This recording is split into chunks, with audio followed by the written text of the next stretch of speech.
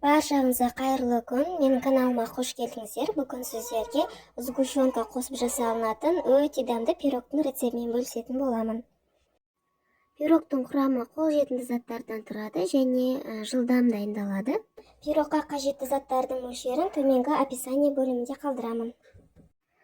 Ең алдымен ыдысымызға жұмыртқамызды және қантымызды салып, оны жақсылап 2 есе ұлғайғанша әппақ болып көпіргенше миксермен араластырып алатын боламыз.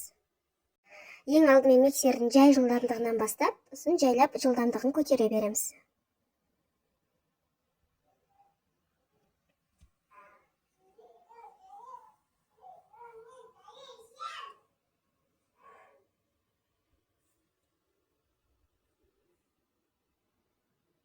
Міне бізде осындай әппақ болып көпіріп 2 есе 3 есе болып үлкею керек біздің массамыз.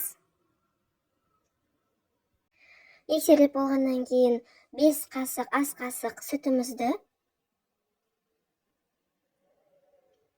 және 2 ас қасық сұйық майымызды құямыз.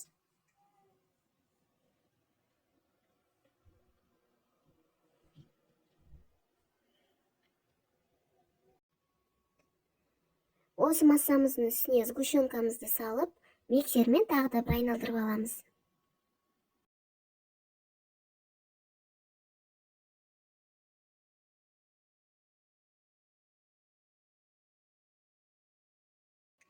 Алдын ала електен өткізіп қойған ұнымызға 1 шай қасық қопсытқыш салып, оны жақсылап араластырып, массамыздың үстіне салып, миксермен жақсылап араластырып аламыз.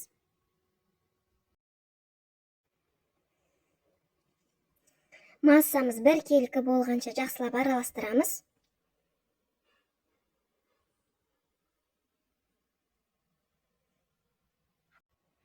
Бір шай қасықтай ванильный сахарымызды салып, миксермен тағы да айналдырып аламыз бір рет.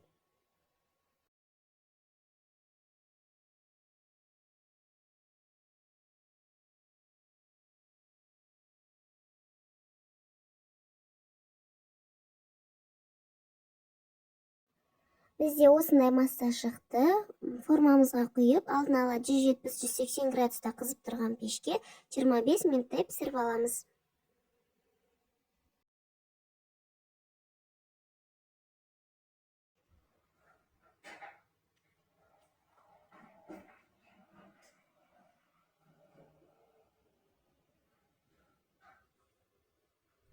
Міне біздің пирогымыз пісіп шықты, көтеріліп өте әдем болып шықты. Пирогымыз суығаннан кейін сгущенканы осылай бетіне бір келкетіп жағып шығамыз. Бетіне сгущенканы сәл молырақтау қылып жаға беріңіздер. Менде сгущенка сәл аздау болып қалды.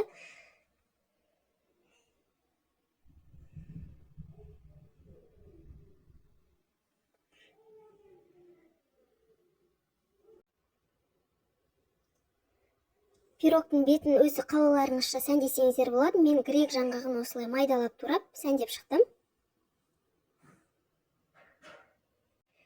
Мінекей пирогымыз дайын болды.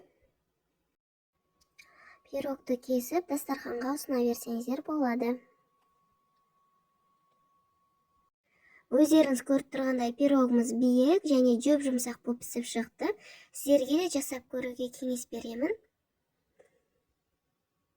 Видеом сіздерге ұнаған болса, лайк басып, арнама тіркелуді ұмытпаңыздар. Сіздермен бірге болған Жұлдызай, назарларыңызға рахмет.